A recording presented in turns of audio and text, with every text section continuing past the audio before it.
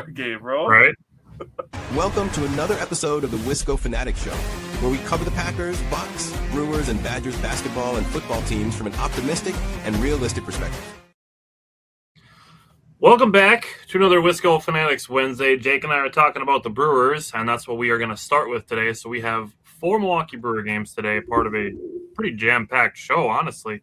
We're also going to give an update, a minor league report for the AA Biloxi Shuckers for our minor league report this week. And then we're also going to be discussing the Milwaukee Bucks. This is going to be kind of part 1 of our off-season discussion points for the Milwaukee Bucks. In a few weeks, we'll be discussing some transactions, and then after that, we'll have the draft discussions as well. So lots of different stuff coming up for today's show, but we're going to jump in. And Jake, let's talk about the 6-0 shutout of the New York Yankees. Yeah, what a way to start the series. What a way to start the weekend. Mizorowski on the mound versus the Yankees. So anytime you hear the Yankees, it's big-time baseball, right? Like whether we like it or not, you either hate them or you love them. And for us, obviously, we hate them. So the Brewers start this series, 6 innings from Mizorowski, 2 hits, no earned runs, 2 walks, and 11 Ks. That's his 5th. This is Mizorowski's 5th career 10-plus K game, 3rd this season. He also has 2 games this year with 9 strikeouts and 1 with 8 strikeouts. So you're going to strike out if this guy's on the mound. Oh, by the way, Padres, if you didn't know, he's on the mound tonight. So he's on fire. Get that radar gun ready, because in this one, this is his 2nd game of back-to-back games throwing 41 pitches at 100-plus miles per hour. That's just nasty stuff. And it started in the first inning when he threw 5 of the fastest pitches by a starting pitcher in the StatCast era, which started in 2008. In the first inning, he threw 10 pitches. 7 of them were 103 miles an hour. Oh, my God. The other were 102 miles an hour, dude. Dude, the guy came up fired up, dude. Yeah. Nasty. He threw a total of 10 pitches at 103 miles per hour. He hit 103.6, which read 104 on the radar gun on the television, but it was 103.6 officially. He has the 60 fastest pitches thrown by a starter this year. He has the top 60. Like, they all belong to him. Brewers are on fire. I definitely that stat. It came from Codify on Twitter, and it's funny. And I even showed this to my wife. I'm like, look, these are the 60 fastest pitches of baseball. And she's like, is it all the same guy? I'm like, yeah, it's all the same guy. All Jacob Mizorowski. It's just, this guy is just 6'7", loves Pokemon, and he throws 100 miles an hour. It's ridiculous what this guy does, honestly. Yeah, the offense got going in the 2nd inning, scored 4 runs in the 2nd, scored a run in the 3rd. Then they got a run in the 7th inning. But really the star of the day was Mizorowski. So most of my notes are just about Mizorowski. So I have some more stats for you. Over his last 2 starts, he's 11 1/3 innings pitched, 2 hits, 0 runs, 4 walks, and 19 strikeouts. He's the first pitcher 24 or younger with a 2-game span of 19 Ks and 2 or fewer hits, and no runs allowed since Rube Marquette in 1911, which is just insane to think about, over 100-plus years ago. Pitchers with 155 Ks and less than 100 hits allowed in the first 23 games of their career. Hidu Nomo, 205 strikeouts, 99 hits. Paul Skeens, 170 strikeouts, 94 hits. And Jacob Mizorowski with 157 strikeouts and 76 hits. This was the first shutout of the Yankees by the Brewers at home since September 2nd, 1992. And if you don't know, that is the day before I was born. Yep. So now I will always know for the rest of my life that the last game before I was born, the Brewers shut out the Yankees and they won. So the vibes were high when I heard that. I was like, oh my goodness, this is amazing. Also want to give out a shout out to Shane Drowan. He did a really nice job eating up 3 innings. 7 of the 10 batters that he faced, he got first pitch strike, so he was out there attacking. Mizorowski was 17 of 22, by the way. So they were absolutely filling up the strike zone.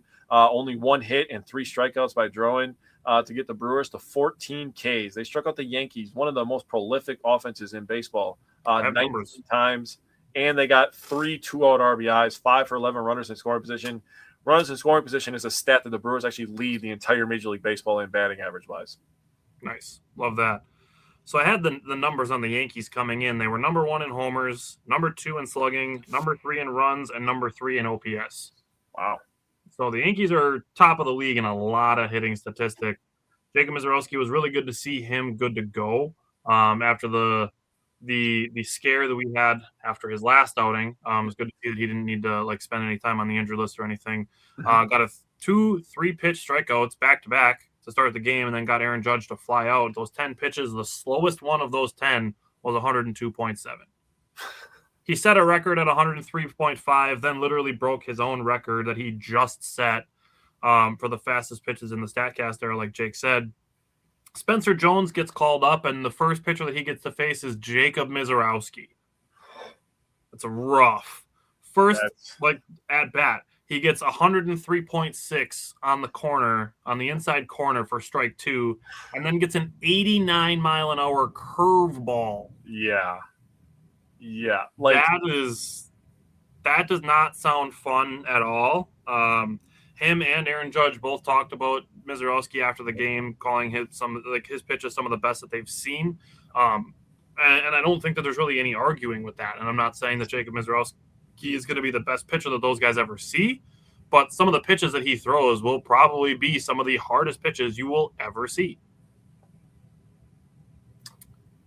So I did write one thing down, and I did highlight one thing on my notes, and I was going to say it's time for us to start the Cy Young campaign. But man, after reading Twitter and Facebook and all these people, I think everybody's on board with starting a Cy Young campaign for Jacob Mizorowski. Yeah, for sure. He got Judge to fly out in his first at-bat, got him to strike out on a fastball in his second at-bat. His 70th pitch was 103 miles an hour. His 71st pitch ended the 9th inning on his 9th strikeout. He got Judge again to strike out. He threw him 102 miles an hour on his 90th and 91st pitches of the game. Then he threw 103 on his 92nd pitch of the game and got Cody Bellinger to strike out for his 11th strikeout in the 6th innings, gave up 2 hits and 2 walks. This was his 6th game of 8+ strikeouts, including 4 straight this season.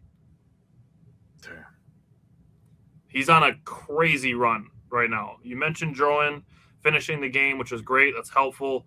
Honestly, I give Jacob Mizorowski even a little bit of extra credit for continuing to pitch really dominantly, despite seeing Brandon Lockridge get hurt, which was, it's kind of a forgotten part of this game, but thankfully he sounds like he's only going to be out for a couple weeks. He's just got a big cut on his knee and then some bruising.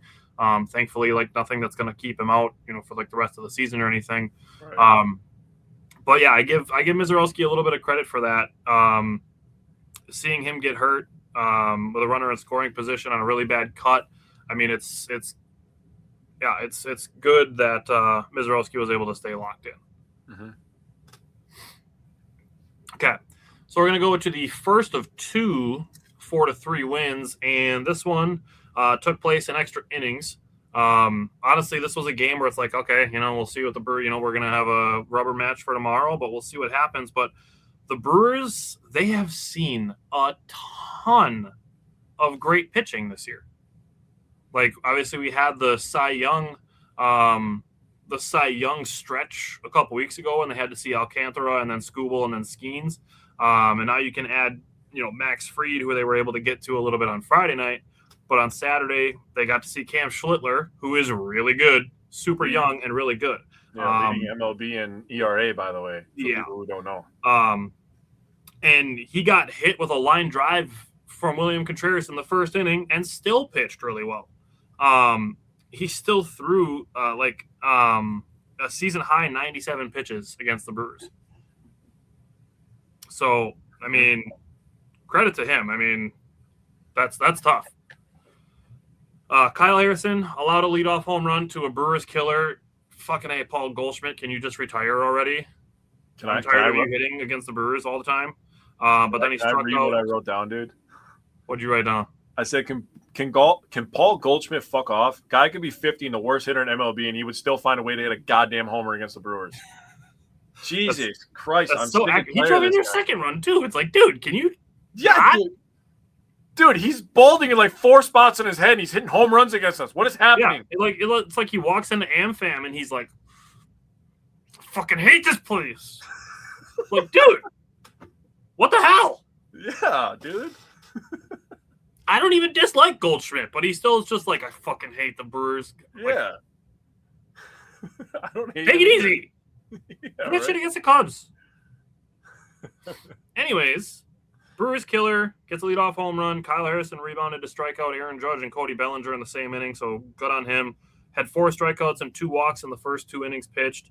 He threw some really nasty slurves, and we're back to calling them slurves and not calling them sweepers, or now they're 2 different things. I don't know. Like, they used to call it slurve, but then they changed it to sweeper, and now sometimes you see slurve, sometimes you see sweeper. Whatever. Did allow the Yankees to load the bases with nobody out. Only allowed 1 run in that situation, so that's very good to limit damage in a situation like that. And naturally, like I said, Goldschmidt gets the RBI, but Luis Rengifo did do a really good job to snare a ball and make sure that didn't end up plating multiple runs. Another 1 or 2 runs could have scored on that hot liner if Luis Rengifo didn't knock it down. Harrison threw 4 innings pitched, had 2 earned runs, did have 4 walks, which is a little high, and 6 strikeouts and 77 pitches, which against this lineup, like I said, this Yankees lineup that's top 5 in pretty much every statistical category as far as offense is concerned. That's not bad. Did have a situation in the top of the 5th where Cody Bellinger got an infield single and was caught stealing on an insane tag by Bryce Terang. To help that situation as well. Chad Patrick got his first relief appearance of the season, and I don't feel the need to want Chad Patrick in a relief role long term. Apparently, it's something that's being discussed, but it seems like he's better in relief. Like, I mean, you think about the playoff games that he pitched in last year, he was a monster in relief.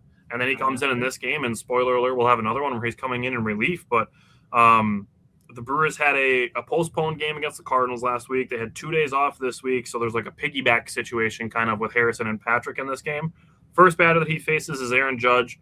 Strikes him out looking with a cutter after the game, described it as the best cutter that he's ever thrown, and it moved. I swear it moved like horizontally like 8 inches. Yeah. Which on a variation of a fastball is insane. That's gross. It looks like a slider, except it was like 92 miles an hour. That's sick. Yeah. So strikes out Judge, gets the caught stealing from Cody Bellinger, gets another strikeout gets another strikeout in the 6th inning. Luis Rengifo makes a barehanded web gem in the 6th inning. That was awesome. He was hitting 96 or 97 even in that 6th inning. So, like, I don't know what it is. Like, he comes in out of the bullpen and he's just, like, juiced and ready to go. Had one of the hits that he gave up was off the back of the mound, the 2 hits that he gave up in the 3 innings that he pitched. Had 1 walk and 5 strikeouts, and then after that infield single off the back of the mound, he got a ground into double play. So he perfectly picked himself up there. So Chad Patrick, awesome. Aaron Ashby, 2 strikeouts in the 9th inning. He busted out a slider to get a strikeout looking of Ben Rice in the 10th inning, who is a really, really good hitter. He's actually a player that I really, really like. I'm pretty high on Ben Rice. So that's awesome by Aaron Ashby. He pitched 2 innings, allowed an unearned run. He allowed the inherited runner to score. Gave up a walk, which was an intentional walk, had 3 strikeouts, got his 7th win. I'm going to let Jake talk a little bit more about Aaron Ashby because he's very excited about it. The offense was pretty quiet early in this game, in game 2 against the Yankees. Schlittler did not allow a runner to reach second base. There was a situation where they would have had somebody at second base. It would have been Garrett Mitchell, but Pat Murphy wasn't allowed to challenge an out on a fielder's choice, and the umpire told him that too much time had passed.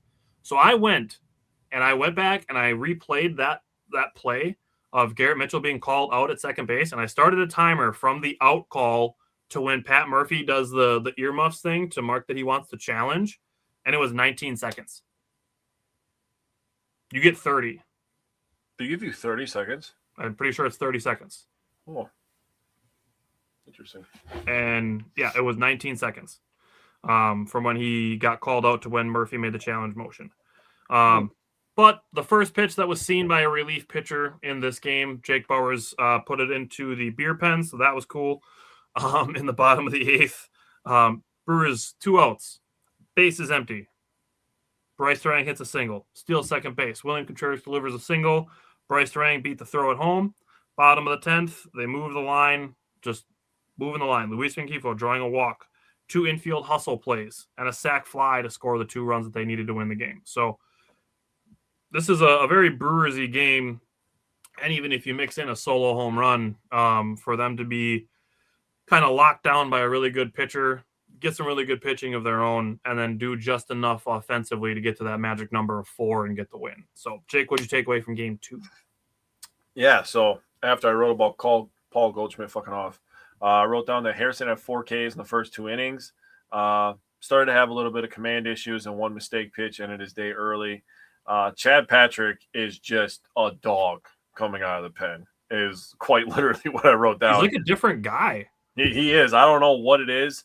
He comes out of the pen and he hits 97 a few times, and you're like, who the fuck is this guy, dude? Right. He looked confident, in control. Did get some help. I like that you brought up the insanely athletic play by Turang.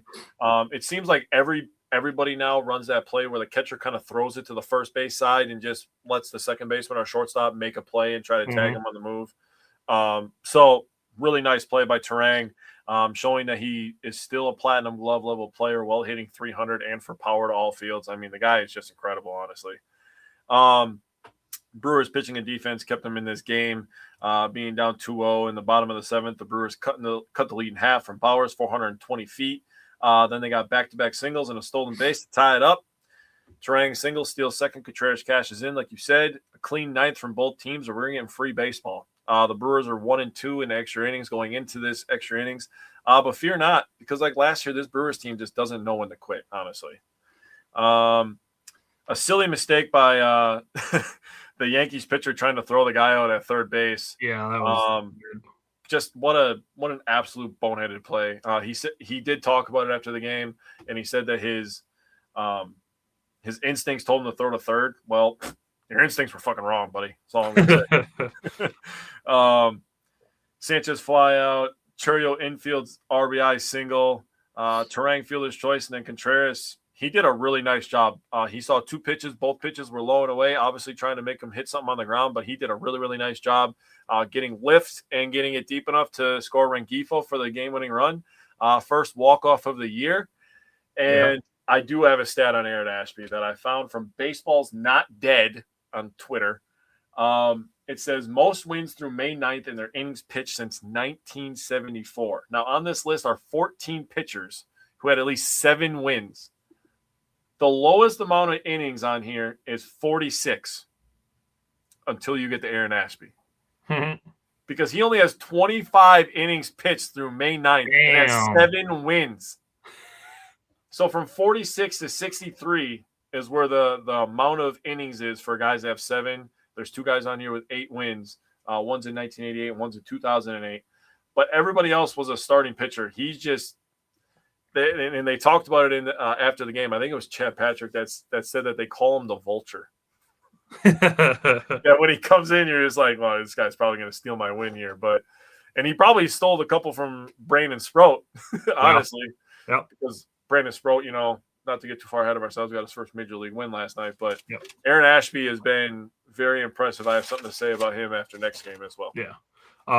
Really quick on the last thing on the second game, William Contreras also won 2 challenges behind the plate, so good job by him as well. Did have a full count that turned into a strikeout in this game for DL Hall by winning a challenge, so good job by William Contreras behind the plate. He is not getting enough respect nationally for how good of a two-way player he is. Dude, he had his fingerprints all over this game. The line drive, that was a 108 off the calf, by the way. That had to hurt. I don't care what anybody says. Then he threw a guy out, threw Bellinger out, winning the challenges. He got the game-winning hit. I mean, he was all the game-tying and the game-winning hit. Yeah, game-tying and game-winning. Yeah, he was all over this game, dude. This was a Contreras game. Yeah.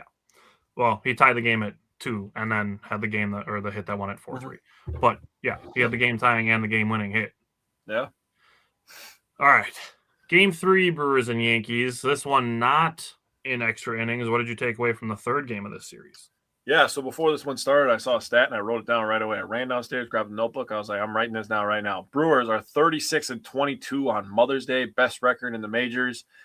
So Brewers like moms. We have that in common. So Henderson's on the mound. Henderson has been so good for us the last couple of years. He gave us 5 innings, 4 hits, 2 earned runs, a walk, and 5 Ks today. The Yankees were looking to avoid a sweep and got an early first-inning homer from Judge, who I'm going to talk about it right now. They held him in check very well. The home run that he hit off Henderson was his second hit of the series. He was 2 for 9, had 4 walks. He had 3 walks in game 2, had a walk in this one. So 2 for 9, 4 walks, and 6 Ks. So 6 of his 9 at-bats were strikeouts. That's very good stuff. I think it's one of the best players in all Major League Baseball.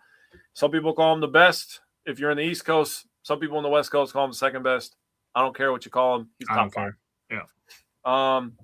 They got another RBI single. So another day, another 2-0 lead for the Yankees. But the Brewers got the bats going in the 4th after having only 2 people on base in the first 3 innings. Both of them were walks. Churio in the first inning and Vaughn in the second.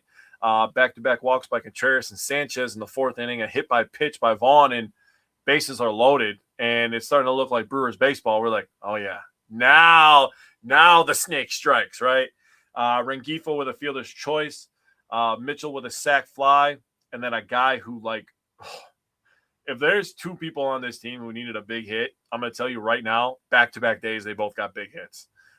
Because Blake got a very big RBI double after a wild pitch, moved both runners to second and third. So to take the lead, the Yankees ended up tying it in the 6th inning. It stayed 3-3 until the 9th inning. It was pretty boring baseball for a couple innings there. A lot of strikeouts, a lot of bad swings, just really good pitching and defense. Double plays. Yeah. So so I wrote this down. So strikeout to start the 9th inning. And, everybody's coming to the 9th inning. And, of course, on Mother's Day, what do you think about on Mother's Day? You think about Bill Hall. Yeah. Right? I mean, outside of, thinking about, your mom, that you love your mom, you're like, man, Bill Hall hit that home run in 2006. So you get double strikeout. You get bottom 9, 2 outs, and you're just like, wish Bill Hall could be at bat right now. Well, how about a second baseman who also wears number 2? This guy's pretty good, by the way. He decides to be like, yeah, no extra innings today. Hits a walk-off home run, and I'm just like, holy shit, I can't believe that just happened, dude. Didn't have to wait. We didn't have to wait for the second walk-off of the year, the first sweep of the Yankees since 1989. Yeah. This is the first time with back-to-back walk-offs since last year versus the Red Sox. Wanted to talk 2 things, then I'll give the floor to you. One, wanted to talk about Aaron Ashby, who absolutely dominated the 8th inning. He had a strikeout on a changeup, a strikeout on a sinker, gave up a single to Belly, and then had a strikeout on a nasty curveball. Could not happen to a better person. I think Jazz Chisholm, especially after Friday night, and you hear the way and watch how CC Sabathia carries himself, he just feels like a nice, cool dude. Jazz Chisholm, to me, I'm sorry, he might be cool, but when I watch him and I hear how he talks, I just feel like that guy's a douchebag. That's just how I feel about him, honestly. And, it's not me hating. Whatever. You can have swag. You can do whatever. It's just the way that you carry yourself. I feel like he's kind of a dickhead, to be honest with you. So couldn't happen to a better person, in my opinion. So he might go from Everyday Aaron, which I love that nickname, to All-Star Aaron pretty goddamn soon, because you cannot keep the wins leader out of the All-Star game. I don't care if he's a relief pitcher. This guy is nasty. He has 5 or 6 pitches that he can throw at any time, any count, to any hitter. He has just been so good, so filthy for the Brewers this year. Honestly, if Mizorowski didn't exist, people would be talking up Aaron Ashby the way they talk about Mizorowski. The batters that he faced in the 8th inning alone to end up with 3 strikeouts and a bloop single versus Ben Rice, Aaron Judge, Cody Bellinger, and Jazz Chisholm, those are 4 horsemen of really good offense for the Yankees. Yeah.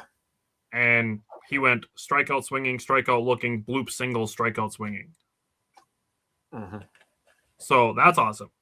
Logan Henderson did get bit on a slider a couple times. The solo home run to Judge and the 1-out double that he gave up in the second inning, he stopped throwing them after that. He only ended up throwing 4 sliders in the entire game, so he kind of just stopped. So it was maybe not the best team to try out a slider against. I mean, his fastball and changeup were way better. Those are his 2 best pitches. Maybe not the Yankees is the time to be like, all right, I'm going to start mixing in the slider today. Just maybe throw what you got. Like, throw your good stuff and throw the stuff that you're working on in AAA all you want. Just maybe not against the Yankees if you're going to throw it in the bigs. Yeah, Aaron Judge is not the guy to experiment. Yeah, exactly. Aaron Judge is not the guy to throw the pitch that you're working on. Yeah, not a good idea. Yeah. So that was that. He did get Judge back in the third with a strikeout. He retired the final 11 batters that he faced, so that's a really great way to end your day. He pitched 5 innings, gave up 4 hits, had a walk, had the 2 earned runs and the strikeouts, and 5 strikeouts. Blake Perkins, not only did he have a day, like you mentioned, him getting the 2-out single to drive in 2 runs, but he just had a great day in general. For him, his mom passed away last July. He actually made a great catch in the top of the first inning as well, and then had that 2 RBI single for the lead in the bottom of the 4th. Also, underrated part of the game, Gary Sanchez catching Aaron Judge trying to steal in the top of the 6th, saved a run. Cody Bellinger drew a 2-out walk after that and was doubled in by Jazz Chisholm. That easily could have been a 2-run double, ended up only being 1 run that tied the game.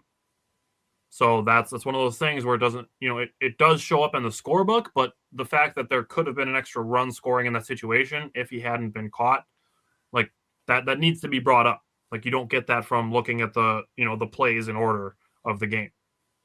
That stuff needs to be brought up. We talked about Ashby. You talked about the first sweep of the Yankees since 1989. This was also the first time the Brewers ever hit back-to-back walk-offs against the Yankees. Never been done in Brewers franchise history. Not that you would want to be in that situation, but, obviously it's been 37 years since the last time they swept them. So, we'll take back-to-back walk-offs, back-to-back 4-3 wins. And also, like I said with last week, I talked about being selectively aggressive. Bryce Terang, his walk-off home run came on the first pitch. Hell yeah, dude. All right. Then, switching series, we get Christian Yelich back against the Padres. Tyler Black sent back down to AAA. I did see right before we started the show that Christian Yelich isn't in the lineup tonight. He had some back soreness, which for him coming back from his first game, like, I'm not overly surprised or concerned that he's got back soreness. Mm-hmm. He hasn't played in like 6 weeks. So that's not a shocking thing that he's got some soreness for the first game that he's played in 6 weeks. But Kyle Harrison gave up a couple of 1-out walks to Tatis in the top of the first. William Contreras had to throw up the line, and Bryce Terang made another beautiful tag at second base to tag him on the arm. Fastball, his pitch mix looked good. The different variations of the fastball that he throws. He threw some very nice sweepers. He kept him down in the zone, which is great. He did get bit by a 2-out walk, which, after a wild pitch, allowed 2 runs to come in on a 2-2 fastball. They got too much of the plate. What I put is I love that the offense immediately picked him up with a 5-run with 5 runs on 6 hits in the 4th inning. The Brewers had 6 hard hits in that 4th inning alone, and 2 of them ended up being outs. So love that. I think I wrote Kyle Harrison and I meant to write Brandon Sproat. I don't know why I put KH. Brandon Sproat gave up a 1-out walk to Tatis. I don't know why I wrote KH. I must have been looking at my notes from the different game. Or I got him confused, and it's not even like Kyle Harrison has a mustache, so I don't know how I got confused. Also, somebody said that Brandon Sproat looks like Borat, and now I'm having a really hard time unseeing that, so thanks for that. I Anyways, I mean, I see it, but I don't see it. But it's fine. It's strictly the mustache. It's Yeah, 100% the mustache. Yeah. Okay. Anyways, so after the offense picked up Brandon Sproat, I love that Sproat immediately followed that with a 7-pitch top of the fifth and got the boys right back to the plate. Like, if you're the Padres, that's got to just suck. Yeah. Like, you're standing out on defense for like a half an hour. You guys finally get to come back up to bat, and then 7 pitches, and you're back out into the field. Yeah, and pitching doesn't even take long anymore with the pitch clock. Right. So, like, you barely have enough time to get a cup of water and a handful of sunflower seeds, and like, all right, guys, back on defense. Like, that sucks. Yeah. Now, you and I talked about this a little bit. That even though he gave up, I think it was a home run and then a single. Yep. In the 6th inning, yes, it was a one-out solo home run and then a single after that, and then Shane Drowan came in. You and I talked about it. We kind of agreed that we both put it in our notes that we liked that Pat Murphy gave Brandon Sproat a little bit of leash. Yep. After the 5th inning. For him to go so quickly through the 5th inning is probably a part of it. Yep. But just the way that Brandon Sproat, after his first appearance when he wasn't even throwing to William Contreras, which is just another thing that should be mentioned, he's looked pretty damn good since then. I mean, he's had one kind of questionable outing, but other than that, he's looked really good. Yeah. So I think we're in a situation where I like that Pat Murphy's giving him some leash. He gave up the 2 hits, and his velocity was down a little bit. So for me, looking at him making his next start, my goal for him is going to be 5 innings of like 3 runs or less, and anything more that he gives you than that is gravy. So this game, he pitched 5 1/3, had the 6 strikeouts, 2 walks, did have the 3 earned runs, but he had 15 swing and misses. Yeah. That was 37% of the swings that the Padres took at Brandon Sproat pitches were swings and misses. That's pretty damn Love good. that. Got 3 strikeouts on his fastball. He only threw 11 of them total. So that's good pitch mix. Got 2 strikeouts on sweepers. He only threw 7 total. 2 of them ended up being strikeouts. And like Jake kind of teased a little bit before, he got his first career win. So love that for Brandon Sproat, even though I called him Kyle Harrison to begin my notes.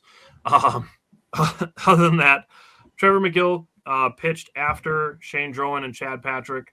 Chad Patrick only took 7 pitches to get through the 7th inning because he's just a dog when he comes out of the pen. But Jake and I were talking about Drowan and Patrick, and I'm like, they had an off day on Monday. They have an off day Friday. So then I think they're off on Friday. Know that. This Friday? No, they play Friday. They play Twins this weekend. Yeah, you're right. There's another day that they had off. Oh, sheesh. Last Thursday. They had Thursday and Monday off. Yeah. I knew they had 2 off days in the last week. I don't know why I was thinking they had 2 off days this week. 2 off days in the last week, plus they had the postponed game. So I'm like, they've had all these off days. Like they're going to use the bullpen just to get them some work with having off on Monday. So we saw Shane Drowan, Chad Patrick, Trevor McGill, and then Abner Uribe for the 9th. Trevor McGill allowed a hit and a 2-base wild pitch just because William Contreras didn't know where the ball was. And then a fly ball that I think Garrett Mitchell will catch probably 90% of the time. A lot of the time, Garrett Mitchell's going to catch the ball that kind of just bounced off his glove. The runner could have scored anyways. Yes, I understand, unless the wild pitch didn't happen. But Trevor McGill, I do think he threw good pitches. He threw 18 pitches. He got 11 swings. His curveball was located well. He only threw 5 of them, which makes his fastball play faster. All 3 of the strikeouts he had came via the fastball. So there's that. Trevor McGill, he gave up a run, but I don't see anything that was like, oh, my God, he can't locate. Like, it was fine. Then you get to Abner Uribe, who absolutely had the gas. He had all 5 of the highest velocities of the game. He hit 102.8, and he rebounded well without his best command to still finish the game with only allowing a 1-out walk. Like, yes, the tying run was in the on-deck circle, but or in the batter's box, but never a point where I'm like, oh, my God, like, what are we going to do? So not a bad game, but what did you take away from the Padres game last night? Yeah, so Brandon Sproat, like you said, very, very solid night. This is part of the growth of Brandon Sproat. So it's a weird spot for fans to be in. I didn't write this down, but I wrote to talk about this. It's a very weird spot for the Brewers fans to be in because we're in a situation where our team is good enough and young enough to contend. I mean, we were right there last year, made it to the championship series. Obviously, the Dodgers are still the Dodgers; they're insanely good. But we're also still the Milwaukee Brewers, so we still have to have player development in mind. So every couple of days, we have a guy like a Brandon Sprout on. We have to focus still on player development while trying to win games. So it's a weird dynamic to kind of be in. You could take that same approach with a Kyle Harrison and Henderson, honestly, when he's on the mound. I would throw Shane Drowan into that mix. I mean, I would throw Garrett Mitchell into that mix. Yeah, and South Frelick a little bit, like he's a little bit more developed, but I mean, there's a lot of young guys on the roster. About Garrett Mitchell that need to fucking calm down is what I'm going to say. Okay. I wasn't even going to bring it up, but we need to calm the hell down with that. Let's just let the guy play healthy baseball and let him go through the ups and downs of the MLB season before we start calling for him to get fucking demoted for. Yeah. Anyways, that shit was annoying the hell out of me. I was seeing comments on that left and right, but whatever. Brandon Sprout, very happy for him getting his first win and his beer shower. He loved the Miller Lite beer shower, so hell yeah, dude. The way that you explained it is giving him extra leash. I wrote down giving some extra run. He did give up the one run, like you said. The Brewers now, after last night, have 23 hits with the bases loaded, which leads all Major League Baseball. So that's another stat that they lead as a team. They don't have the most power, which is what everybody wants to fixate on. But they did get power from a very unfamiliar source last night. The offense was good to start this game.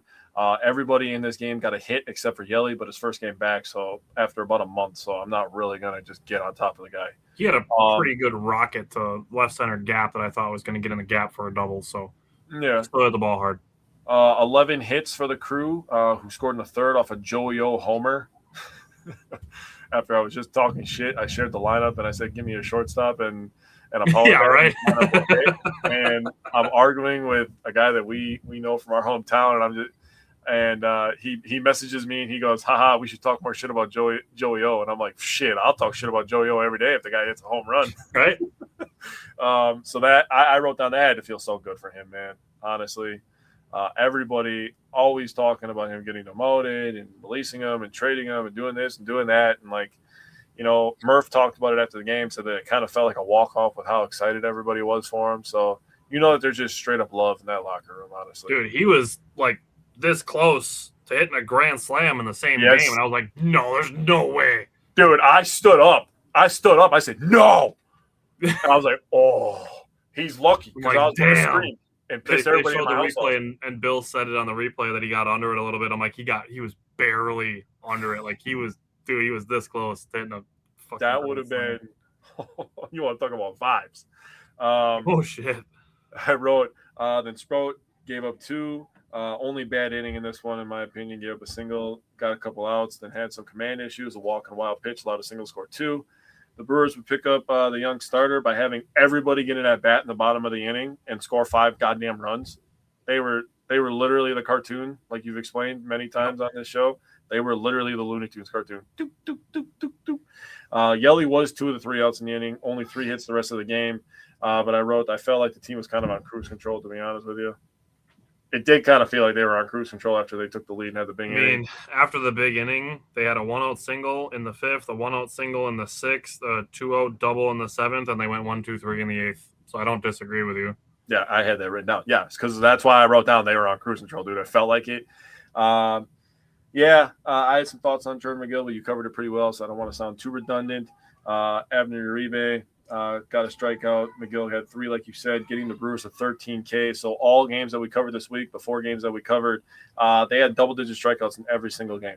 So let's keep that trend going. Let's keep hitting with runners in scoring position. Let's keep loading the bases because we hit with bases loaded. It's hard to – you're a team that plays with contact and speed.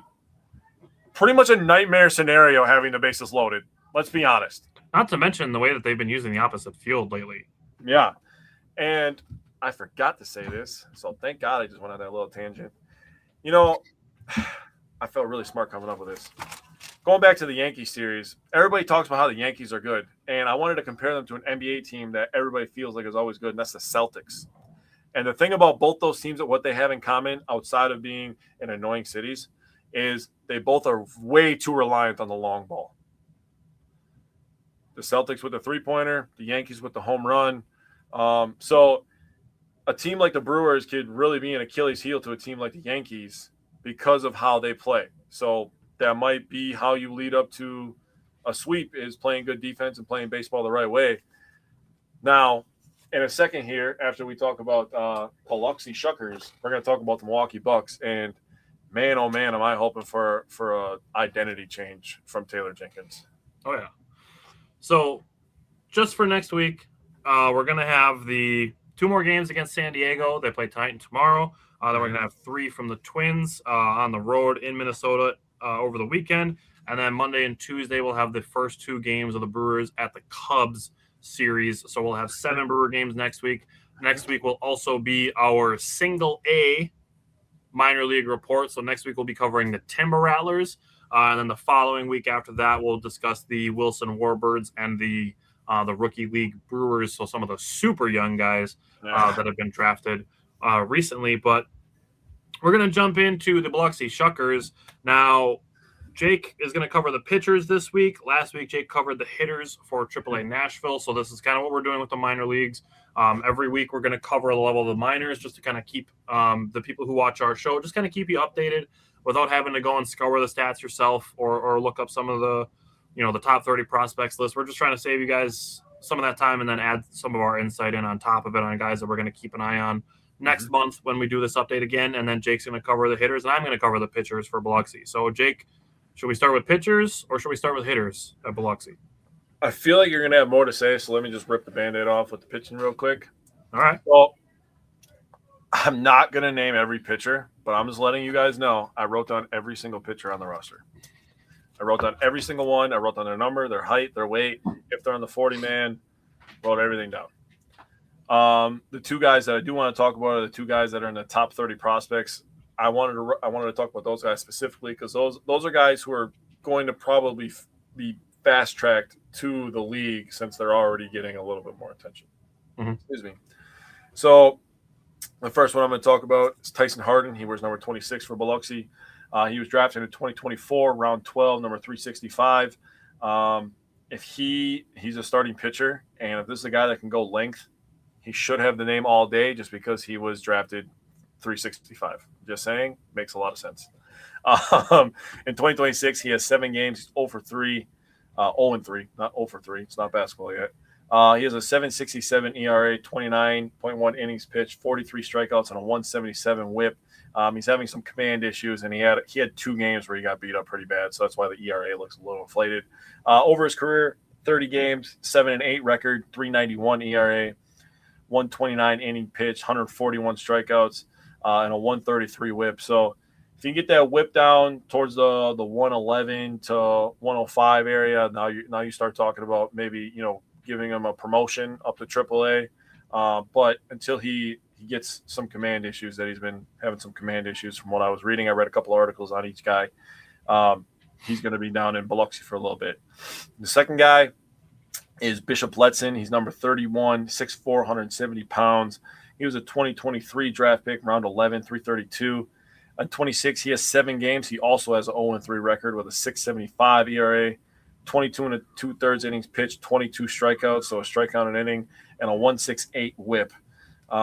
He had a game where he really got beat up. And his career, he has 34 games, 3-9 record. Record for pitchers is – I'm not going to say it's exactly the same as a quarterback, but it's in the same realm of possibilities, to be honest. It should have, it's worth mentioning, but quarterback should not be a stat for wins. No. Pitchers, I understand, it's still, you still rely on hitters, but pitchers have more control over a game because they control half of the game, whereas quarterbacks are still one of 11 guys on offense. Yeah, you get some bad like defensive plays and stuff like that every once in a while for a pitcher Right. too, so that kind of screws you. But I think it's yeah, worth mentioning in baseball, but it doesn't carry a ton of weight for me. Same yeah, with like the team record. I did not write the Chuckers team record down, even though I know what it is. yep, I really don't care about the record. I don't. yeah.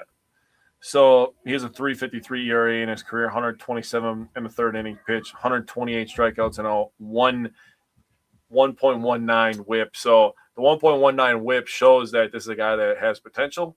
Like I said, you get down to that 111 to 105 range. Now you start talking about getting a promotion. So those two guys are both starters. So they were recently drafted. I think that Brewers fans, especially after seeing Jackson Churio and seeing a guy like Jesus Mate and Luis Lara and all those kind of people, they've been hearing about those names for the last couple of years. So I think that everybody just goes up in the first 2 years, 3 years. Right. It's like, relax. Not everybody does that, and that's why they call these guys generational. Right. You're not supposed to get back-to-back, by the way. Yeah. Being in the majors at 20 is not normal.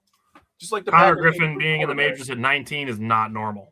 Yeah, that's not normal. So, like, I want people to really understand that, like, you're not supposed to get back-to-back, okay? Yeah, it's not everybody's coming up at 20 or 21. Jackson Churio is special. He is, and he is, man. This guy has some of the quickest hands in MLB, man. If you can't tell that by watching him, you need to really study baseball. All right. Couple things that I want to throw out there as far as the pitchers go before we move on. If you have Twitter, follow Javik Blake. He is the AA media man for the Shuckers. I feel like I see Javik Blake tweet about Jaron DeBerry like every single day. So he is another pitcher to keep an eye on for the Shuckers because I think he had season high, I want to say 7 strikeouts last night. Okay. And then I'm going to give a disclaimer right after I tell you guys that like triple or AA is known for being a pitcher's league. It's known for being a level of baseball where like it's better for the pitchers than it is for the hitters, which is one of the reasons why like people bring up Cooper Pratt's AA stats and it's like AA is a pitcher's league. So like the fact that he was over 100 for weighted runs created, like that's good. Because AA is traditionally hard for hitters. Now, Jake just gave a couple guys who are in the Brewers' top 30 prospects and have some pretty rough ERA-looking numbers. Another thing to know about the Shuckers is they have the youngest pitching staff in the Southern League of AA. So that's to me, that stuff is worth knowing. Now, switching to the hitter side of things, obviously the first thing that everybody wants to know is what's going on with Jesus Mate. He is today going to graduate to the number 1 prospect in baseball. He is the Brewers' number 1 prospect. He's slashing 267, 351 on base with a 415 slug for a 766 OPS. He's got 3 home runs. He has 11 extra base hits total. He has 3 triples and 5 doubles to go with his homers. Has 19 runs batted in, 25 strikeouts, 18 walks, 14 stolen bases, all at 19. 19 years old. And he's more than holding his own 2 levels away from the bigs. And then my guy, I threw this guy out as a farm system guy to watch for the Brewers, and it's Blake Burke. He is the Brewers' number 17 prospect. He was the Brewers' 34th pick in 2024. He is currently batting .242 with a .333 on base, slugging .568. I got some exciting stuff to say about Blake Burke. For a .901 OPS, he's got 20 extra base hits. He's got 11 homers, 8 doubles, and a triple. He's got 12 stolen bases also. He homered on Mother's Day, too. Yeah, he did.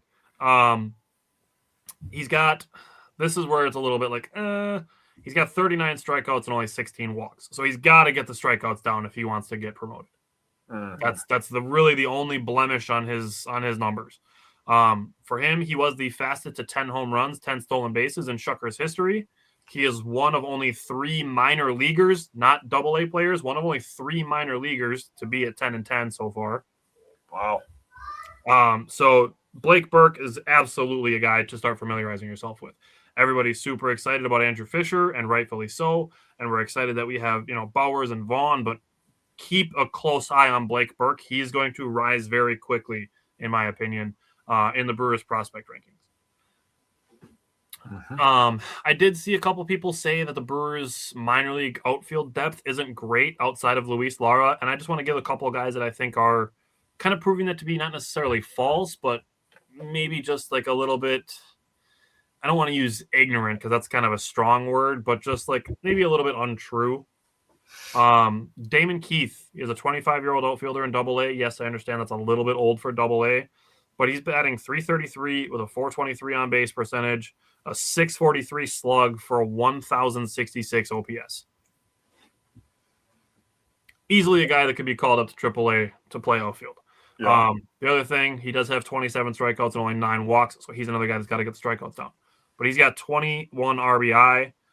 He's got 5 home runs. He has the top 2 exit velocities on the team at 115 and 114. Damn. So Damon Keith is maybe a guy to keep an eye on. Then outfield, another one to keep an eye on is Dason Brown. He's a 24-year-old outfielder. He was a third-round pick by Toronto in 2019. He's batting .253 with a .422 on base percentage, .316 slug for a .738 OPS, which isn't crazy, but 25 strikeouts, 20 walks, 9 stolen bases, kind of a Greg Jones type, if you will. So there's some guys down there that, could move up to AAA that could, kind of not necessarily refill the ranks, but there's some outfielders down there. A couple other good prospects to know and keep an eye on. One being Dylan O'Ray, who was injured in 2025 but played really well for the Timberwolves in 2024. He's 22 years old. He plays a lot of shortstop, a lot of second base. He was a third-round pick in 2022. He's currently batting .300 with a .426 on base, .383 slug for an .809 OPS, 27 strikeouts, 24 walks, so he's almost even there. He got 17 stolen bases and 7 extra base hits. So Dylan O'Ray, a guy to keep an eye on. Mike Bove, another guy to keep an eye on. He's a 24-year-old third baseman. I feel like he's one of the guys that gets kind of lost in the shuffle of, Brock Wilken being like the next guy up at third base and Andrew Fisher, the guy who's going to rise quickly at third base. Mike Bove is currently batting .234. He's got a .356 on base and a .360 slug for a .716 OPS. Nothing crazy. 30 strikeouts, 20 walks. 7 stolen bases, 19 RBI, 3 home runs. There's guys down there that have good numbers. Mm-hmm. And Dylan O'Ray also playing good defense. Blake Burke playing good defense at first base. Darian Miller as a catcher is one guy that I think is going to kind of follow Cuero. If Cuero comes up, Darian Miller, in my mind, is the guy that's going to go to AAA to be their catcher. He's 25 years old, which, again, is a little bit old for catchers, but he's kind of just the next guy up after Cuero. He was a 9th-round pick in 2019. This is actually his 3rd year in Double-A, but he's slashing .279 with a .494 on base percentage, which is crazy, and a .541 slug. He has a 1,035 OPS. Damn. But again, he's another guy with high strikeouts, so got to get that down. Blake Burke leads the team in home runs by more than double. He's got 11. The next highest one is Damon Keith with 5, and he leads the team in RBI. Made and O'Ray are currently tied for the team lead in hits. And then stolen bases. This is crazy with the Shuckers. And again, follow Javik Blake because he's got awesome stats. He's got tons of media stuff. He's fantastic when it comes to media. Dylan O'Ray has 17 stolen bases. Jesus Mate has 14. Blake Burke has 12. And he's a beefy guy. Like, he's not Prince Fielder beefy, but he's got some beef. Like, he's a home run corner infielder power hitter. Yeah. And he's a good defender, and he's got 12 stolen bases. Like, seriously, keep a close eye on Blake Burke, please. Like, he's going to be good. The Shuckers are on pace currently for 349 stolen bases, which would be a new Double-A record. The all minor league record is 363 by the High A Aberdeen Ironbirds, who are the High A affiliate for the Baltimore Orioles in 2024. So they're currently on pace to be 14 stolen bases away from the minor league record in stolen bases. Interesting. So when a month from now, when we're having this conversation again, I'm going to tell Jake to, hey, look at stolen bases and look what the pace is. Mm-hmm. Because that team is stealing bases. All right. So that's the Double-A rundown. Some guys to keep an eye on. Next week, we're going to have the single A rundown. So we're going to be talking about guys like Andrew Fisher and Braylon Payne, Marco Dingus. There's going to be some guys to talk about there. So single A is going to be next week. Jake's going to cover the hitters. I'm going to cover the pitchers. And then the following week, we're going to have all the low A and the rookie ball guys. I'm calling them the Utter We're Tuggers actually next going week. to switch. What's that? I'm calling them the Utter Tuggers next week, just so you know. Calling them the Utter Tuggers? All right. Yeah. I understand it. I respect it. We're going to switch to the Bucks, and we're going to have some conversations. So obviously the Bucks hired Taylor Jenkins. That press conference happened last Wednesday. He was introduced.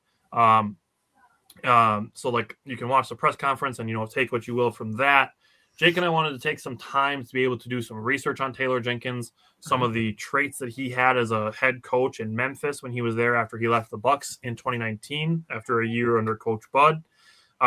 So Jake, just let me know what you are thinking just about Taylor Jenkins, some of the things about him, and then let's talk about some coaching traits with Taylor Jenkins. All right. So I wrote an essay on Taylor Jenkins. So I'm just going to read that. So I wrote, to me, this signing is the most important move since trading for Drew Holiday. Yes, I know they traded for Damian Lillard. I will have separate thoughts on that later. I'm just going to put that in there right now. The last couple of seasons, the Bucks have felt old, slow, and pretty disconnected at times, to be completely honest with you. We call ourselves optimistic and realistic. This is my realistic side coming out right now. They felt old, slow, and disconnected. There was times where I'm watching the Bucks and I'm just like, what in the fucking hell are we doing right now, dude? So getting a guy like Jenkins, who built one of the toughest young teams in the league during his time in Memphis, where he also became their winningest coach ever in just 6 seasons. He was 250 and 214. Shows to me, this shows that this move can be successful because of the young roster that he built. Now, obviously, having a number 2 overall pick and getting a guy like John Morant helps that, but you have a guy like 34 on this roster. So, and he was here before. He was here with under Budenholzer when I went to the Eastern Conference Finals in 2019. So when we were talking towards the end of the season, we were kind of clip noting our notes for the Bucks. I talked about a few things that I wanted in a coach. I said I wanted a younger guy, and I needed a guy that was high energy. And those are 2 things that Taylor Jenkins does. He's a young guy. He's only 41 years old. It's crazy that he's the same exact age as LeBron James, who just got knocked out of the fucking playoffs. That's crazy.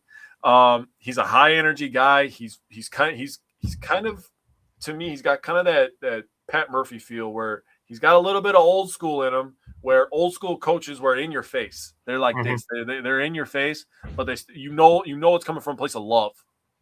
And that's what we're missing from coaching the last couple of years in Milwaukee. So this move is elite. The biggest question all summer will be if 34 stays. Do not listen to Shams.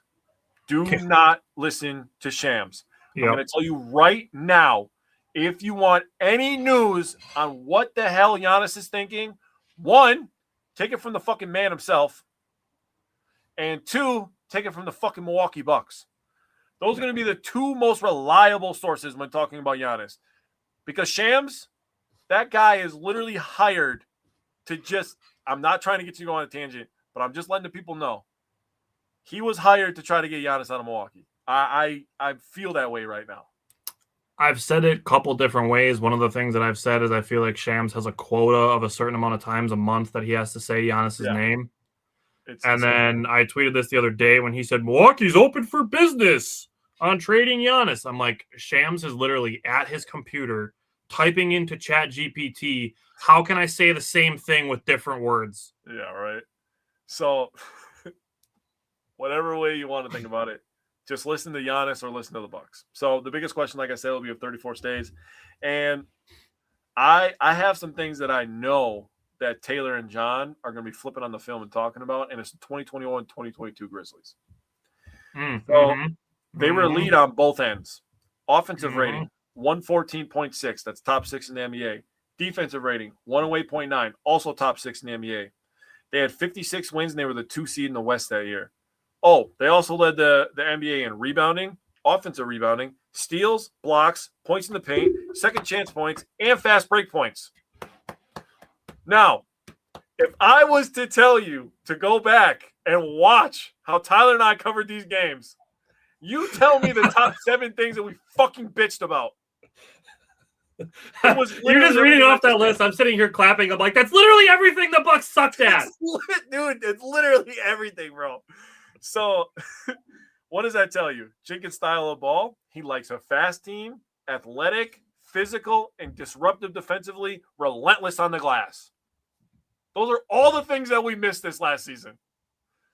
So, this style, in my opinion, is exactly what Giannis will need to succeed further in Milwaukee, and it plays to all his strengths.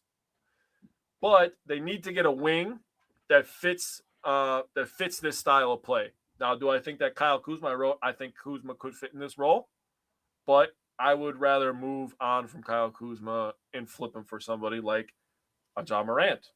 John Morant was the energy of this Memphis offense. He was one of the best pick-and-roll players in the league for a few years before some silly off-court issues and some injuries took him off the last couple of years. So in 2021-2022, he had 11.4 pick-and-rolls per game, 0.92 points per possession. That's crazy on every pick-and-roll. That's pretty efficient. 42.1% of his scoring came off of pick-and-rolls in those seasons. He averaged 27.1 points per game, and he had a 33.6% usage rate. So in 22-23, they bumped up his pick and rolls. He had 14 pick and rolls. The points per possession stayed pretty much the same, so the efficiency was still high, 0.93. He had a field goal percentage of 43.5. You could just say 44. And he had an efficient field goal percentage of 46.2. He averaged 26 points per game that year, and his usage rate was pretty much the same.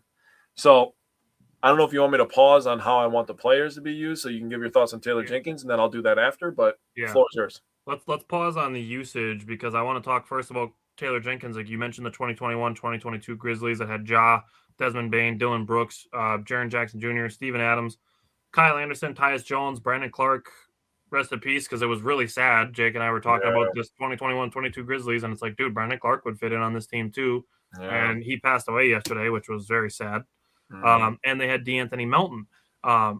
After that season, Taylor Jenkins finished second in Coach of the Year when the Grizzlies won those 56 games, like Jake said.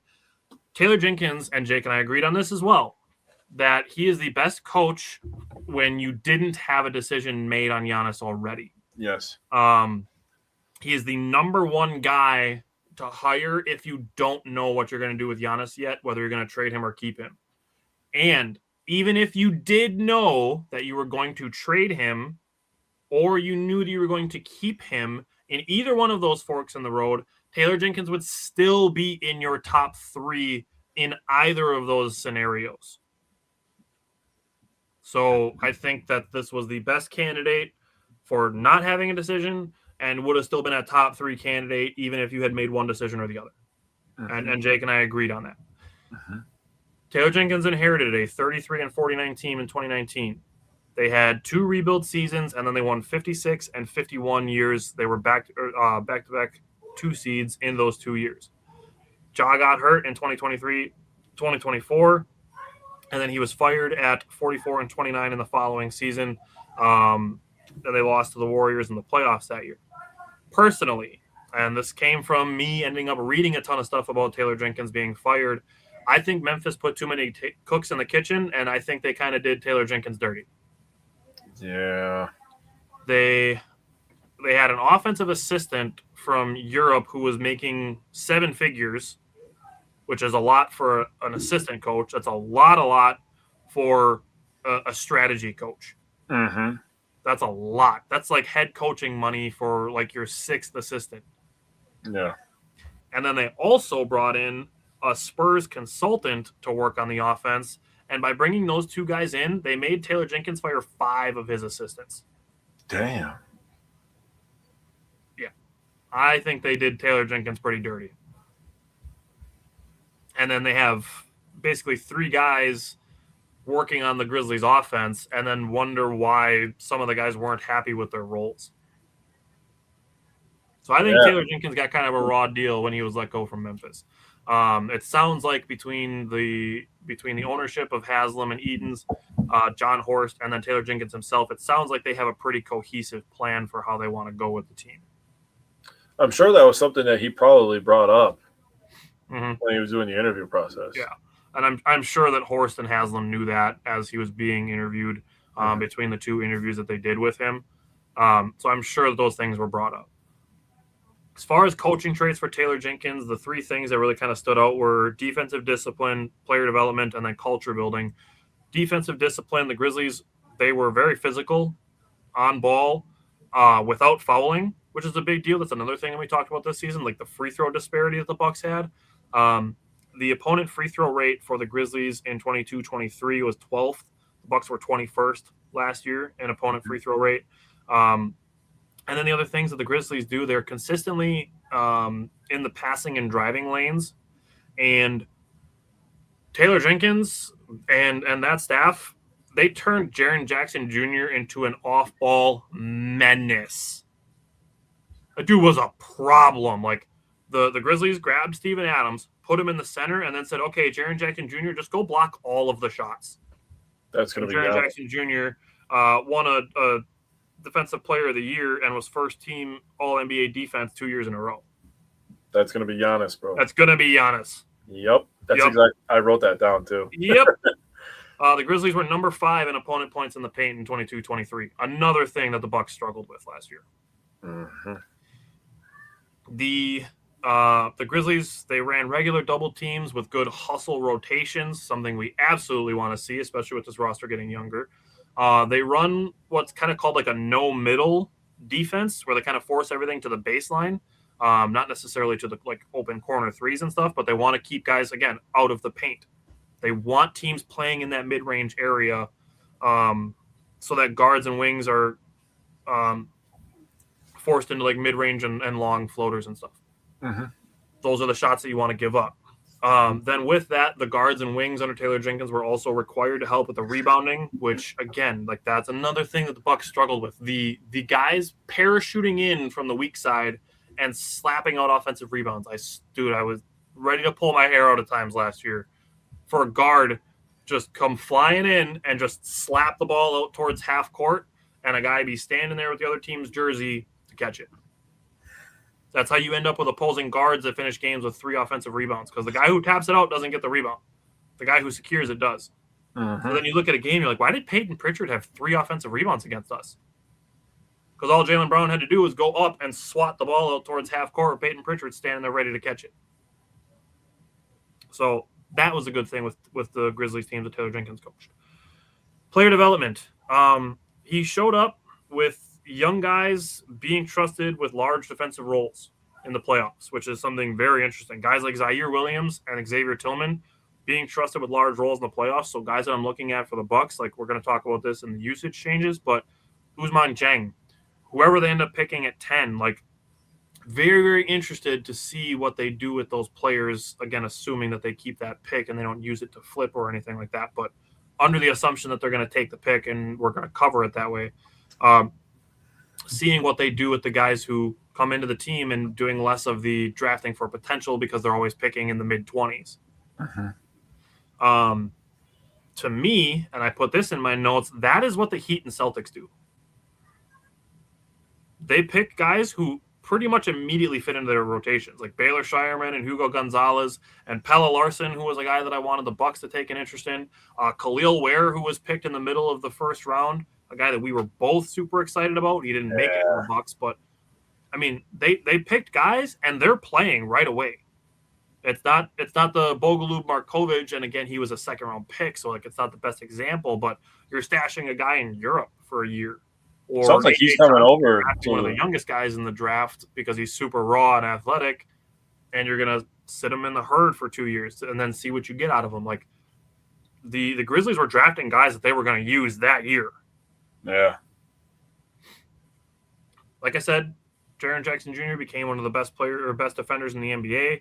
You mentioned Ja Morant playing very well as a pick and roll threat.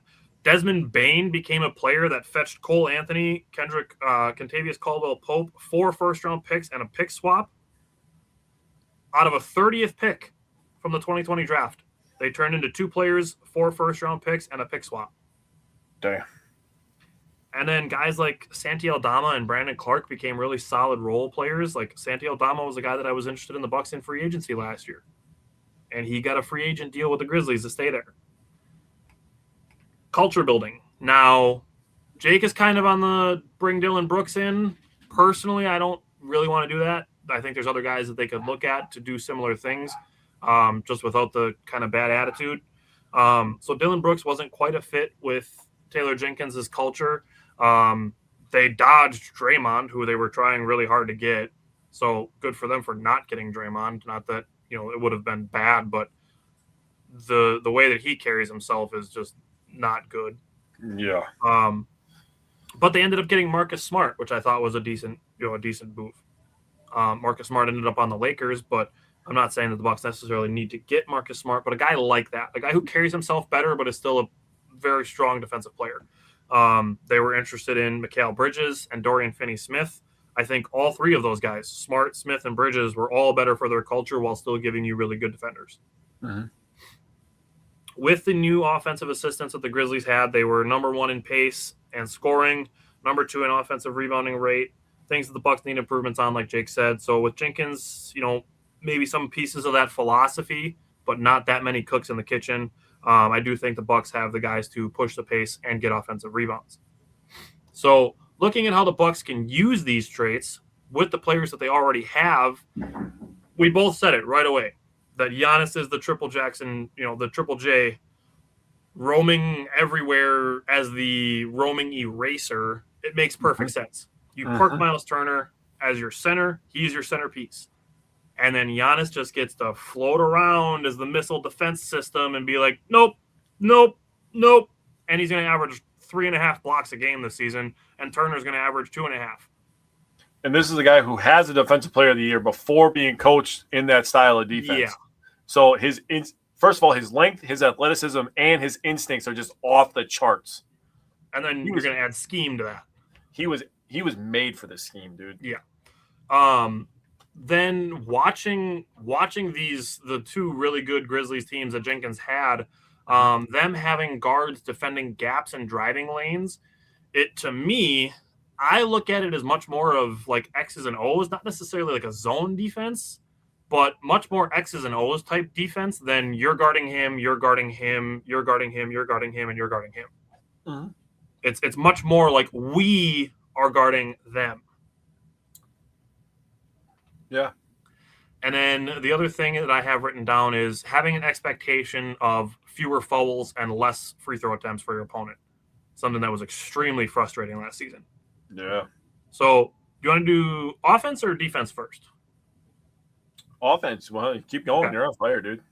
So, in my mind, offensively, the Bucks need clear, defined rotations, and we have plans for discussing transactions on another date. I do think Taurean Prince still fits into this team. I don't think Gary Trent Jr. Is going to be back. Kevin Porter Jr. kind of on the fence about, but we'll see what else they do as far as transactions go. On the offensive side of the ball, is there anything you want to say before I keep ripping all the stuff that I wrote down? I actually love Kevin Porter Jr. Offensively in this offense. I think that he showed a lot of potential in the pick and roll. And I'm going off of the pick and roll numbers. I wrote down that I would like to see Kevin Porter Jr. and Giannis take over the pick and roll duties for this team. It would be very interested to see what Giannis would look like as a true point forward like he did a long time ago under Jason Kidd, and just spam Giannis in the pick and roll because you have to make a decision on him, right? And if you have a better offensive system, getting Giannis more shots when he gets downhill, that's just you're talking like this is what we need. And Kevin Porter Jr., I think, we were talking about Brandon Clark, and I was thinking the other day, and I was like, dude, Jericho Sims is one of the highest jumpers in the NBA. He could be our Brandon Clark. He could absolutely feast in a role where he's just running, spamming pick and rolls with Kevin Porter Jr., who is a guy that can get downhill. Now, he's not as quick as Ja Morant, but he is a little bit stronger, in my opinion. And he's a little taller. So, yeah, he's a little taller. So where he'll make his MO is using his strength getting to the hole, where Morant, that guy's just a Ferrari. He just he freaking hits the clutch and he's just gone, dude. That guy's quickness is on another level. Yep. So I really like Kevin Porter Jr. in that role. I like so I was really doing a lot of comparison to the prior Grizzlies teams. Now, Desmond Bane is a really, really good defender, and he's a guy who has really short arms, so it's weird that he's such a good shooter. Those guys with short arms are such good shooters. It's weird. But a guy like Ryan Rollins, who was better, and we talked about it so much, he was so much better off catching shoots on three-pointers. Yep. He could be a Desmond Bane type guy. Sure. You just tell him, like, hey, we're going to need you to play defense. We're going to need you to hit your open shots on some catch and shoot situations. AJ Green, we talked a lot about him and his growth on defense. I think that he's a guy that could take another step defensively while also being a sniper on offense. He's going to be a really, really important cog to the pick and roll working out because he's going to be the guy in the strong side corner. Yeah. I firmly believe that. Yep.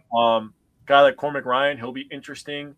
I wrote down that I think with this signing, I think Taurean Prince is pretty much 100% coming back. Yep. He is the perfect 3-and-D wing to fit into this philosophy. Yep.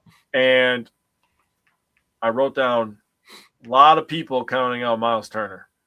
Yeah. Guy was a top 10 pick. This guy is a very talented player. And obviously you saw how good he was for those Pacers teams when he was asked to take different roles under a good coach. Rick Carlisle is a good coach. Don't get it twisted. Oh, he absolutely is. I do not like the Pacers, but Rick Carlisle has earned my respect. Yep. You don't coach that long without being that good. I wrote down that I think comeback player of the year could be in Milwaukee this year, and it could be a guy like Miles Turner. I'm not going to lie to you. I think I wrote more about Miles Turner in my notes for the usage changes than I did about Giannis. Oh, really? Yeah. All right, go ahead. Offensively, and I actually sent Jake a video of it. The Grizzlies ran this like staircase screen. It wasn't like a straight double screen where, they screen a guy and then they have another guy standing right behind him. It's like they had a guy screening and then like at the top of the 3-point line, and then the next screen was set like by the elbow. And that second screener would basically like make contact so that his guy would kind of start to jump up to head the screen, and then he would just take off for the opposite 3-point wing. And they did with Desmond Bane all the time. So they'd have a big man set a screen for John Morant, and they'd have Desmond Bane set a screen for the big man, so that Desmond Bane's guy would go and help for the double screen. Desmond Bane takes off to the opposite corner and ends up with open threes all the time. Screen to screener. And, dude, just spam that shit with AJ Green. Dude. I wrote in my notes, AJ Green is going to stress opposing defenses with Taylor Jenkins. Mm-hmm. So creating that hesitation with that screen, the screener action, that it leaves defenders way behind. And then you're going to have a guy who's running at AJ Green trying to prevent a 3-pointer. He's going to pump fake, take one dribble to his left, splash a wide open 3. It's going to happen 100 times this season. And it's going to be so tough because the guy who's going to be setting the screen is either going to be Miles Turner, a guy who can finish down low or pop, or a guy like Giannis, who is statistically one of the greatest finishers in NBA history. Yeah. So pick your fucking poison, dude. And then the other thing is if Giannis picks and pops, it's not that he's a threat to shoot. It's either that he's guarding or being guarded by a guy who's a similar size, but is now a step behind because he's helping the screen, or he's going to be guarded by a guard. Either way. Both of those things are bad for your defense. Either way, I'm trusting 34. I'm going to be honest with you. Or you're letting Miles Turner or AJ Green shoot wide open. Exactly. Miles Turner is going to be filthy this year. Dude. This is fun. This is already fun. The Bucks, they will play at a faster pace. They want to get to a good shot before the defense is set, which will create less late shot clock isolation and fewer step back jumpers. One of my main things was I don't like some of the step backs that Ryan Rollins takes. It's different when he's doing it in rhythm, but I don't want him doing it 6 times a game.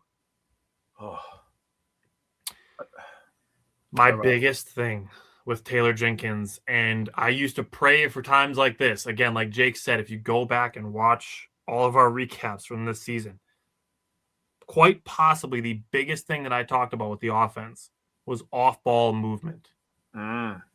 The Bucks will have more off-ball movement. All 5 players moving at the same time. Not 2, not 3, 5. 5 guys moving at the same time.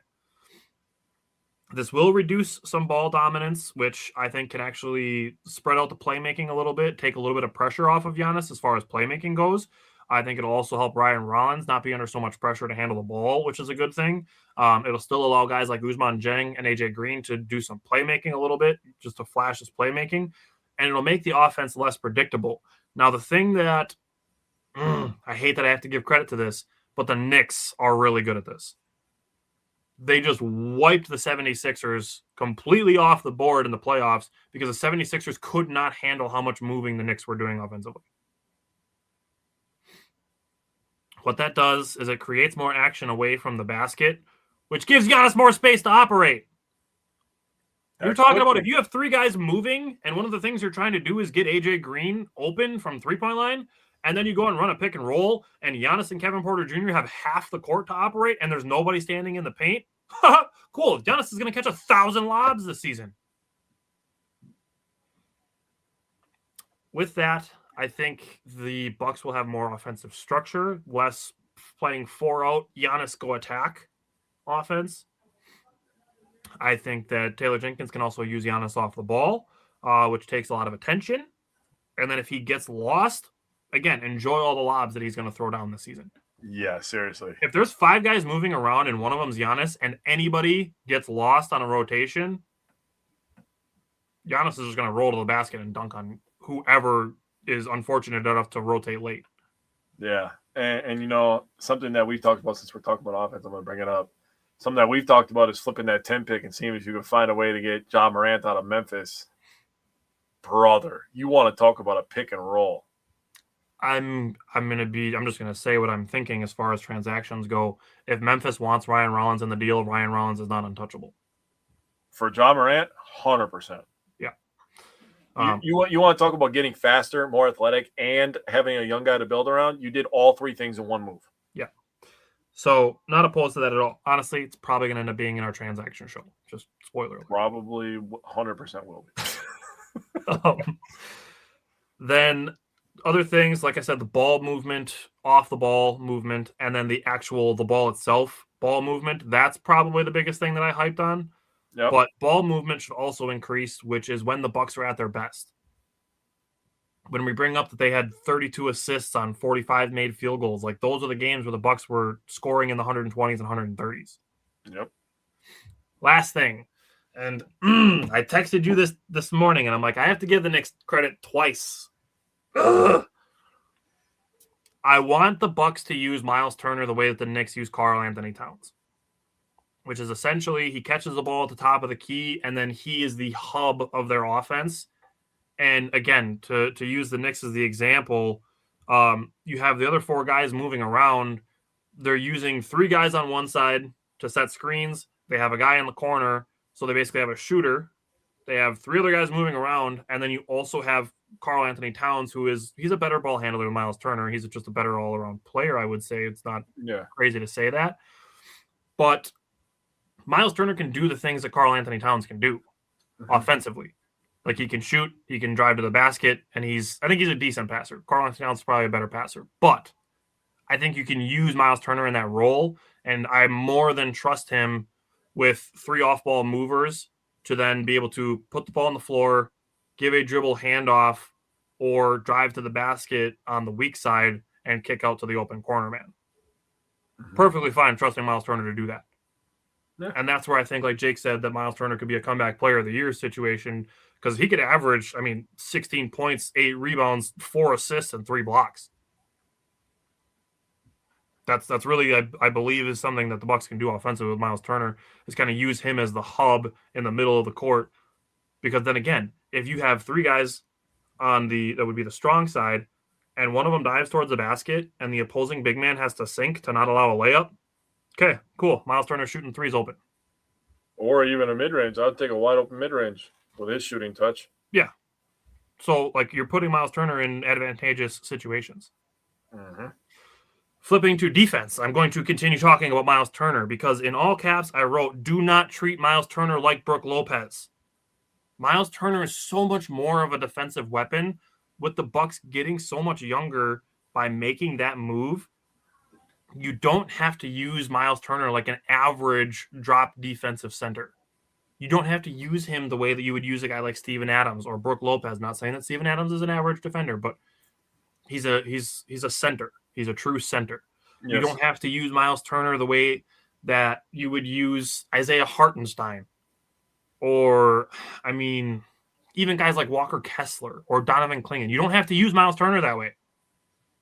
Miles Turner can be up closer to the ball handler without fear of him getting around Turner and getting an open layup, because Turner, A, is athletic enough to recover, and B, can more than make up for a step behind a smaller offensive player. Because of his length. Yes. So I'm not worried about that at all.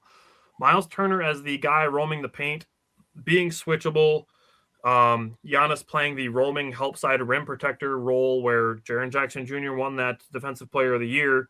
And I think Taurean Prince is a guy that can play a physical defensive role, plus Ryan Rollins if you keep him. That to me is a very good foundation for a much improved defense from what we saw last season. Now, I say all that because you can still use Miles Turner as a drop defender, but you don't have to drop him from the three-point line into the paint. He can step up closer to the ball handler, like I said. He can negate a lot of speed and a step behind the defenders, driving towards the basket with his athleticism and his rim protection, just savvy from being in the league for 11 years. Like, I trust Miles Turner in that situation to be able to block a shot on a Jalen Brunson trying to get around him. That Miles Turner doesn't have to be sinking and let guys just shoot floaters in his face all day like we saw with the last couple of years of Brook Lopez. Yeah. Now, with that, the Grizzlies used a big athletic defender like Zaire Williams on the ball often. I do think a guy like Ousmane Dieng is a guy that could play a role like that. And we saw Ryan Rollins do it as well, which is one thing that Doc Rivers deserves some credit for, using Ryan Rollins as that point of attack defender full court. Like that's good stuff. That is a good thing that Doc Rivers did. But with the defense, like I said earlier, with Taylor Jenkins coaching traits, is like you want to live with those mid-range and you want to live with those longer floaters. Like if guys want to take floaters from the free throw line, sure. What you don't want is guys being on the block and just getting like a nice easy floater, and the only thing they have to do is get it up high enough that Miles Turner doesn't block it. Yep. Like, you want guys shooting contested shots from anywhere. You want guys shooting mid-range, not three-pointers. And you want to keep teams out of the paint. Yep. So, defensively, I don't know if there's anything you want to add to that with any of the usage, but, I mean, I'm very excited. Ball pressure, ball pressure, ball pressure. Hold on. Ball pressure, ball pressure, ball pressure, ball pressure, ball pressure. Holy shit. Can we put some goddamn pressure on the ball, dude? How many times did we watch guys after the Bucks would have a turnover or take a terrible shot, they would just dribble the ball down the court all nonchalant, get into their fucking offense, and then they make a goddamn three-pointer, and I'm just like, hello? Do I care more than you? What the hell is going on, dude? Let's start pressuring the ball. You talked about how they played passing lanes, and I wrote, with the ball pressure, it'll be super important for guys like Sims, Turner, and Giannis to protect the rim and then run the floor. Since in 2021, 2022, you don't just lead the NBA in fast break points for no goddamn reason. You get the ball and you go. Yeah. I like that. You have one of the greatest fast break options of all time. All time. All freaking time, dude. Giannis. Yep. Why are we not spamming that?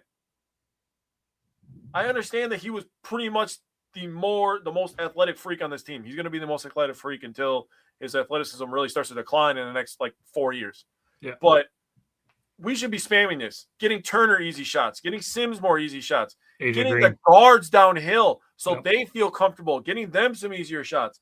Ball pressure. That's literally the main point I wanted to talk about on defense. I love pressuring the ball. Look at all the good teams right now. Yeah. They all have a guy, and look at the Bucks when they won the title. Who was the guy that was on the ball? Drew Holiday, which is why I said this move was the biggest since Drew Holiday. Drew Holiday was on the ball, making it just makes everything harder. It makes it harder to pass, makes it harder for it, like, disrupts your flow. It's just like when the Packers are playing a bunch of zone, and then they finally mix it up with man defense. Yeah, you mess with the timing a little bit, things start to get a little funky in their head. I need ball pressure. That makes it harder to get to the paint. So my biggest thing on defense is literally just pressuring the ball, playing with physicality, and rebounding the ball, run. Ball And I think with pressure. some of that too, like I mentioned, the Grizzlies, they did a fair amount of double teaming. If you Yeah. can double team an entry pass and have the weak side defender come and jump the guy who's standing in the middle of the court, dude, Yeah. that's breakaway layups all day. And who was a guy that was off ball that was pretty good at jumping lanes? That's Kevin Porter Jr. The things that Kevin Porter Jr. is good at, he fits into this scheme, dude. Yeah, that's fair. He could be a guy that could jump a pass, and he wants to go. He wants to get to the rim, and he can finish with both hands. He's very, very, very sneaky, very smooth when he gets into the paint. So he wants to dunk on people once in a while. He's sneaky good, dude. He could be a guy that's like, oh shit, I didn't realize that he was averaging 18 points per game. Mm-hmm. Good for him. And he was for a while before he hurt his ankle like 3 times. Exactly, and he could be a guy that averages 2.5 steals per game just off of jumping passing lanes. Yep. Yeah. So I just need more ball pressure, because not only does that, like I said, all the stuff that it does for you, but it keeps people engaged, because now you have a job on both ends of the court. Yeah. So keeping your players engaged and buying into your process is a good thing too. The wins are going to have to rack up early in the year for people to really buy into the Taylor Jenkins thing after the last couple of years. But if they come out and they win, let's just say they win 7 out of their first 10, I think you'll be feeling pretty good. People are going to be like, all right, I'm in. Yeah.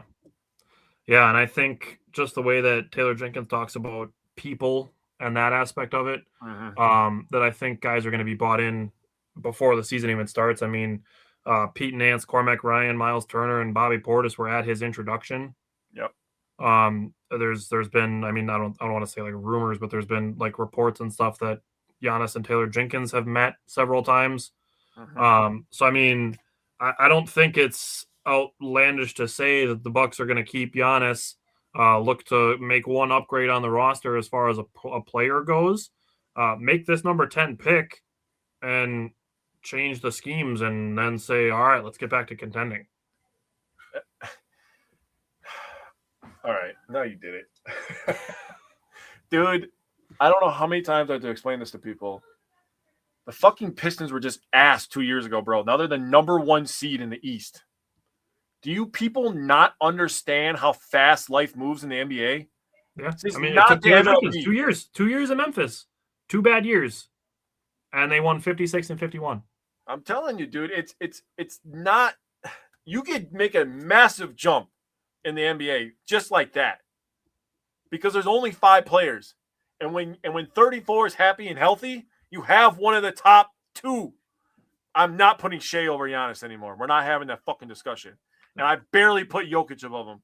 But I will hear a discussion. If you didn't want to. I will hear a discussion on Jokic being better than Giannis. But that is it. That is the only player that I would even remotely hear an opinion on. Nobody else, when healthy, is better than 34. So I'm just going to say that. You have one guy, a guy. You get a system. Dude, if they have a chance, and I haven't finished all my NBA draft stuff, and I've seen a lot of things on Yaxel, bro, he would destroy in this system, bro. He might end up being my guy. Long, athletic, can shoot the 3, can finish in the paint. He makes a lot of fucking sense from Milwaukee. And he's a willing defender. Makes a lot of – he almost makes too much sense where it won't happen. Right? Yeah, he's going to end up going 5th overall or some shit. Yeah, right? I'm not, you know the player that I love the most, but we have no shot at him because he's going to get drafted way before we pick. He's going to be top 5. Yes, he is. Probably to Chicago, and it's going to piss me off. I mean, I don't know if they should pick him. Like, Matas kind of plays the same position, unless you want to move Matas to like a small forward. They probably should move him to a small forward. The guy. All right, I'll hear that. He's not physical enough to play down low and rebound enough. They don't compete enough on the defensive boards. But I don't give a shit what the Bulls do. Fuck them. Yeah, that's fair. All righty, thanks everybody for tuning in. Like I said, next week we'll have 7 Brewer games and the Timber Rattlers report for the minor leagues. Other than that, stick around. We'll have more stuff coming up in June regarding the Bucks, looking at transactions and the draft. So other than that, we'll see you guys next Wednesday, and thanks for tuning in.